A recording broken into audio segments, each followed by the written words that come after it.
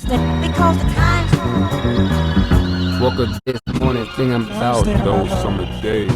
best friend got caught up when I stayed in Douglasville. Doing some stuff by myself. I'm a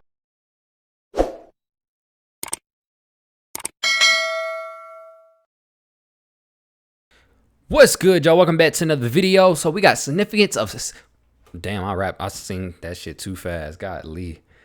What's good, y'all? What's good, y'all, bro? Significance of sampling in hip hop. Let's get into it. Shout out to my boy Matty Balls. Pause.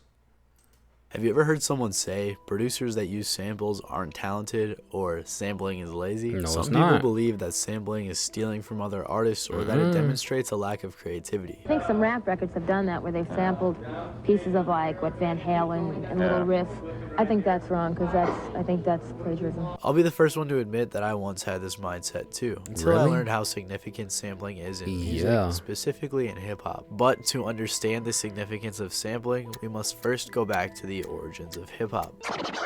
Sampling has actually been around for a long time, in the sense that musicians have always been borrowing ideas from other musicians. Every genre has evolved by taking elements of one genre and putting a different spin on it. Hip-hop originated in the Bronx, New York, back in the 1970s. At the time, there was a lot of turmoil in the Bronx, so residents would throw parties in an attempt to kill time. At these parties, there would be rhyming, DJing, graffitiing, and dancing. These would become the four major components of hip-hop. Although as time went on and graffitiing and dancing would die off in popularity, especially due to the difficulty to monetize the two, DJing and rhyming would be the two main components that would stick around. In modern times, this would translate to a rapper and producer. DJ was short for disc jockey, which was a person that would utilize a turntable to play music. This is where sampling would come into play. A large reason in the usage of turntables was the lack of access to instruments. DJs would utilize turntables to catch a drum break from one song and layer it with different instruments and melodies to create another. They would do all this live, creating music out of music. DJ Kool Herc, one of the first hip-hop DJs, began isolating the percussion instruments in funk songs with his turntable, creating what are now known as breakbeats. And what he did was, with two copies of the same record, in the most basic of ways with the equipment available at the time, was to just repeat that part of the record. So that would have been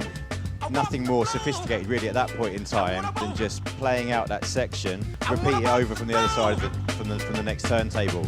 Once the rhythm of the breakbeat was established, DJs started injecting elements and melodies from other genres such as rock, metal, funk, pop, R&B, and many more genres. This is what makes hip-hop so unique, is its fusion with other genres that stems from the turntable. And sampling isn't just for melodies or drums. DJs would sample random sounds, vocals, instruments, and pretty much anything else. Samples could be looped throughout an entire song or only used for a second. One of the most popular artists to sample at the time was James Brown, especially his album Funky Drummer, which was one of the most sampled projects of all time. People would sample his famous drums or his vocals. I just started playing a beat, something simple, and everybody joined in. And then Brown came in and put the lyrics to it, and it was called Funky Drummer. It's crazy how like they're telling you history. This is like a history lesson, low key, for hip hop. With YouTube. I know I'm looking down playing with. I'm actually watching. Next thing I know, all the rap artists was using it to sample it. It's also important to remember that sampling is done in every genre as well. It just isn't a core component of every genre like it is in hip-hop. For example, the famous Amen break from the song Amen Brother by the Winstons has been used in countless electronic songs, rock songs, pop songs, and of course, hip-hop songs. Then in the 1980s, portable digital samplers were invented and made sampling much easier. Popular devices such as the Akai MPC samplers were revolutionary for hip-hop. It was much cheaper than a bunch of instruments or a turntable, making it much more accessible to many more people. This device changed the future of hip-hop and music forever.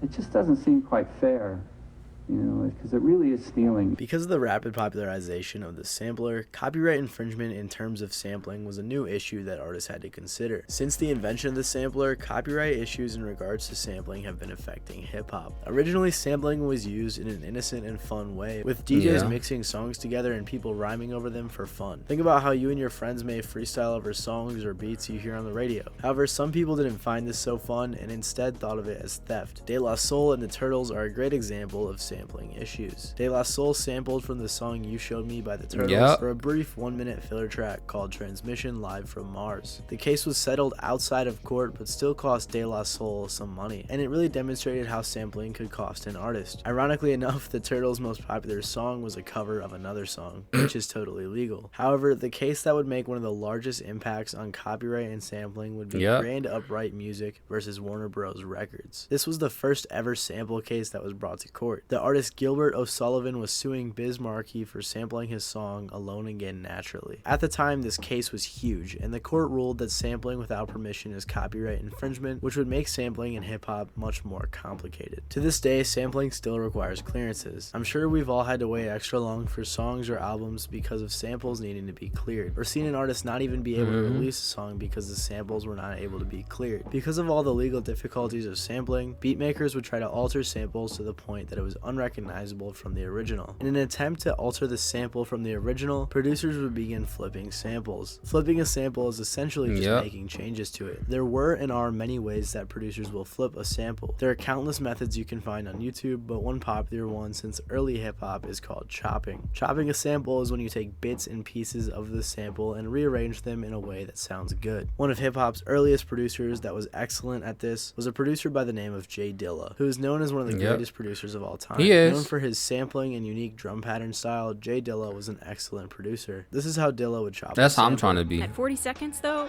he says, "Now look what I can do with this MPC."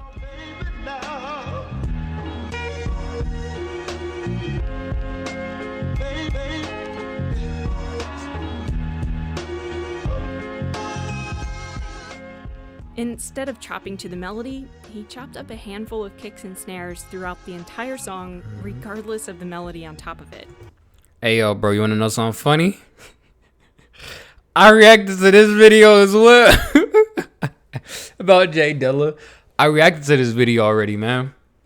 That's funny. A video inside a video I reacted to. That was good. That's legend right here, man. And like little puzzle pieces, he resequenced those kicks and snares to create this entirely new, dream-like song. Another legendary producer named DJ Premier also had an issue with sampling when he received a lawsuit for sampling the artist Jean-Jacques Perry. He too realized that he had to make his samples more obscure to not get in trouble. He would also begin chopping samples in his own way, similar to Jay Dilla. Producers like these would eventually inspire the next generation of producers, such as Kanye West. Yep. Kanye is famous for his sampling, and he's very good at it. Kanye has a lot of different styles when it comes to sampling.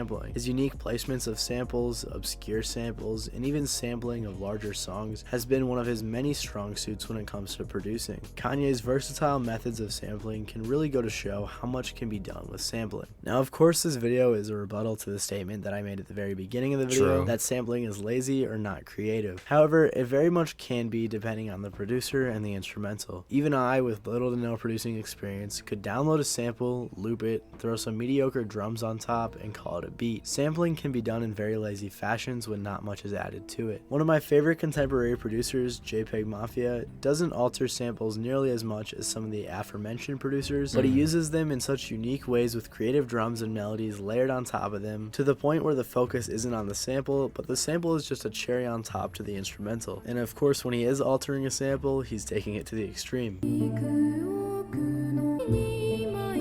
Yeah.